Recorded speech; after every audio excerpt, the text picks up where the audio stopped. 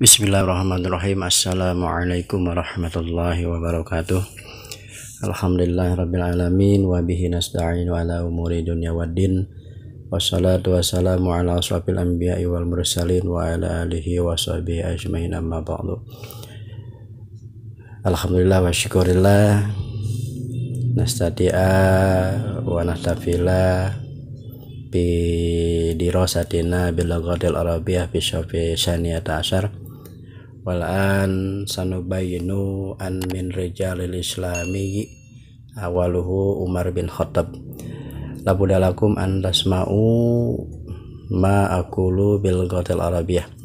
Alhamdulillah, hari ini kita bisa mempelajari kembali materi pembelajaran bahasa Arab di kelas 12. Wa arjulakum, dan saya harap kalian semua antah tatimu untuk mendengarkan dengan seksama, wa antas mau untuk mendengarkan dengan seksama ma'qulu bil lughatil arabiyyah, dengan apa yang saya ucapkan dalam bahasa Arab.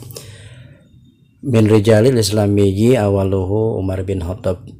Karena Umar bin Khattab radhiyallahu anhu rajulun suja'an adilan asbahal khalifat asyani pada wafati Abi Bakrin radhiyallahu anhu wa huwa yuhibbul muslimina wa ya'malu ala rohatihim.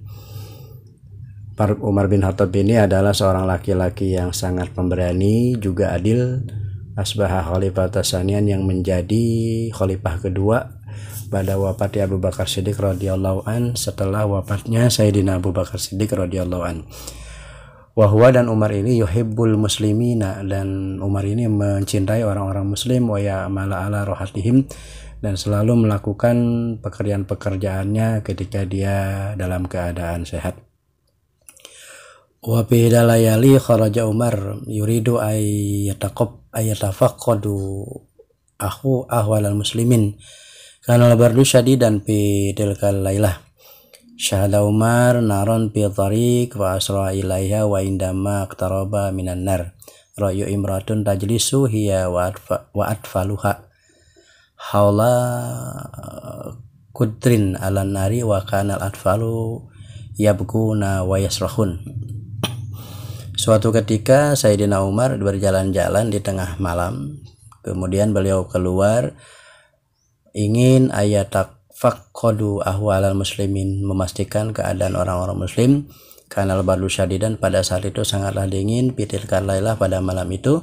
Syahada Umar, kemudian Umar melihat naron, api, fi tariqi, di jalanan, fa asra ilaiha, kemudian segera Umar itu menghampirinya, wa indama iqtaraba minan nar, dan ketika sudah mendekati api itu, ra'ya imro'atan, melihat seorang wanita, tajlisu, sedang duduk, hiya wa atfaluha, bersama anak kecil yang di pangkunya, haula kidrin, di sekitar tungku ala nari, yang ada apinya. Wa kana al-atfalu yabkuna wa yasrahuna, dan ketika itu anaknya itu menangis dengan sangat keras sekali. Iktaraba Umar minal mar'ati wa qala laha, ketika Umar mendekati wanita itu, assalamualaikum, berkata, faqalat lahu waalaikumsalam, summa sa'ala, kemudian dijawab waalaikumsalam, limada yabaki haula il atfal, kenapa anakmu itu menangis, kata Umar bin Khattab. Fajabathu, maka perempuan itu menjawab, innahum ja'iun, karena anak saya ini ada dalam keadaan lapar. Qalalah, kemudian berkata lagi kepada ibu-ibu tadi, wa madza fil kidri, ada apa itu yang ada di dalam panci? Qalat lahu fihi ma'un yaghli yastamiul atfalu ila sauti fayanamun. Di dalam panci itu, kata wanitanya, ada air yang lagi dimasak, ya. Kemudian mendengar wanita itu memasak, anaknya itu langsung tidur. Intolaka Umar ila baiti dakikun wa ahdara dakikan wa zayinan. Kemudian Umar bin Khattab kembali ke rumahnya, wa ahdara, dan membawanya makanan untuk si wanita itu. Fatah Umar al-Kitri, kemudian dibukanya oleh Umar bin Khattab apa yang ada dalam panci itu, wasabba fihi dakikun wa zaita wa akhadha yuharriku dakikun wa indama tadihu qaddalaba minha. Kemudian Umar bin Khattab itu memberikan gandum wa zaita wa akhadha yuharriku dakik, dan memberikan kepada marmon itu fasobba fihi ta'am summa talaba minha. Talaba minha an tut'im atfalaha. Nah ini akalal atfal hatta sabi'u thumma akhadhu yadhakun wa yal'abun hatta yanamu. Setelah anaknya itu makan, maka dia tertawa-tawa dan bermain-main sehingga sampai ketidur. Syakaratul mar'atu Umar wa qalat lahu jazakallahu khairan katsiran. Kata seorang wanita itu berkata kepada Sayyidina Umar, semoga Allah memberikan pahala kepadamu yang banyak. Dari kesimpulan ini bahwa Rijalul Islam, seorang pemimpin di dalam Islam, Umar bin Khattab ini adalah laki-laki yang sangat hebat, pemberani dan peduli kepada kaum muslimin. Beliau ketika melihat rakyatnya tidak mampu untuk memakan gandum, kemudian beliau mengambilnya langsung dari tempat gandum yang ada di rumahnya. Oleh karena itu, tingkat kepedulian Umar bin Khattab patut kita pelajari dan patut kita tiru, bahwa setiap pemimpin itu tidak mementingkan dirinya sendiri, tetapi pemimpin ini harus mengedepankan atau harus mengutamakan rakyatnya. Nah, ini ada di dalam diri Umar bin Khattab yang termasuk salah satu min rijalil Islam, dari pemimpin-pemimpin Islam yang sangat luar biasa. Kita bisa memetik hikmah dari kisah Umar bin Khattab ini. Tadi yang saya jelaskan dalam bahasa Arab, kemudian saya terjemahkan ke dalam bahasa Indonesia, bahwa apapun yang terjadi, keadaan rakyatnya itu harus lebih utamakan daripada untuk kepentingannya sendiri. Asyani min rijalil Islam bahwa al-Imam al-Bukhari. Imam Bukhari huwa al-Imamu aimatul muhaddisin fi Makkah, summa wulida al-Imam al-Bukhari fi Bukhara sanata mi'atain wa arba'ata wa tis'in miladiyah. Qad ittafaqa ulama salaf wal khalfi ala anna al-Bukhari imamun aimatul muhaddisin.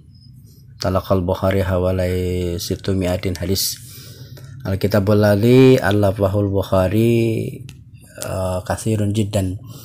Wa kullama arada al-Bukhari kitabahu hadis sallallahu istikharah rakaatain. Wa hada anil Imam Bukhari. Di sini beberapa tentang penjelasan Imam Bukhari itu adalah imam yang sangat paham akan hadis-hadis yang ada di kota Mekah, yang dilahirkan bahwa Imam Bukhari itu adalah di Bukhara, ya, ada satu kampung yang namanya Bukhara, sekitar tahun 294 miladiyah. Nah, ulama salaf berittifaq bahwa Anal Bukhari atau Imam al-Muhaddisin, imamnya para hadis. Ada yang mengatakan bahwa Imam Bukhari itu hafal sebanyak 600 hadis, dan banyak sekali beberapa karya-karya Imam Bukhari atau karangan-karangannya terutama adalah Sahih Bukhari. Kullama radal Bukhari kitab hadis, ketika Imam Bukhari ingin menulis hadis, sallallahu istikharah rakaatain, beliau selalu salat istikharah 2 rakaat.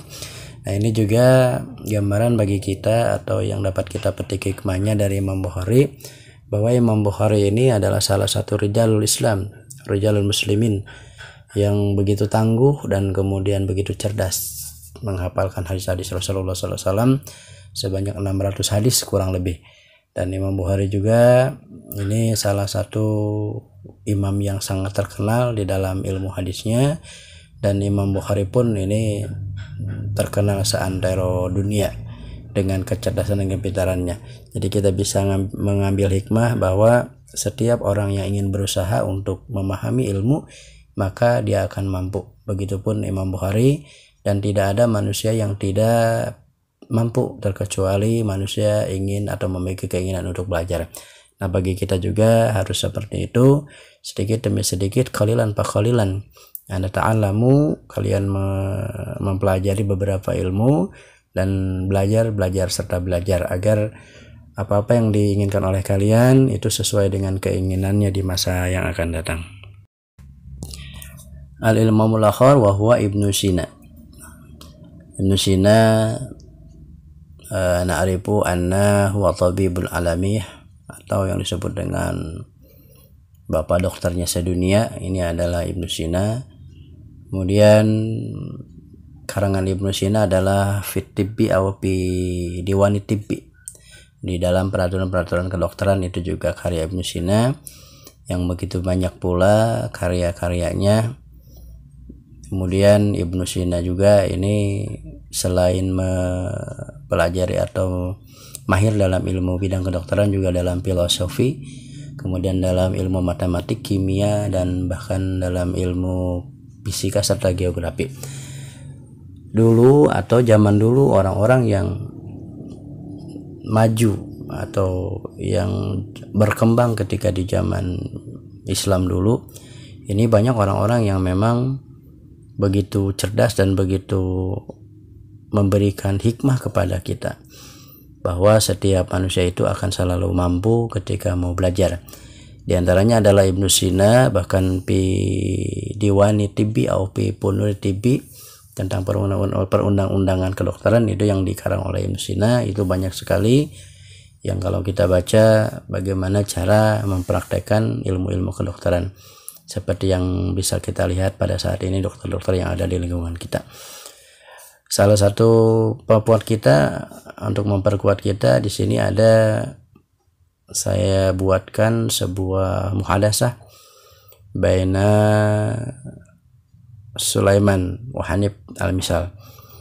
Assalamualaikum ya Hanif, hal qara'ta Syiratul Ulama al-Islam? Hai Hanif, apakah engkau membaca tentang Syiratul Ulama al-Islam? Waalaikumsalam, na'am, qara'tuha, ya aku membacanya.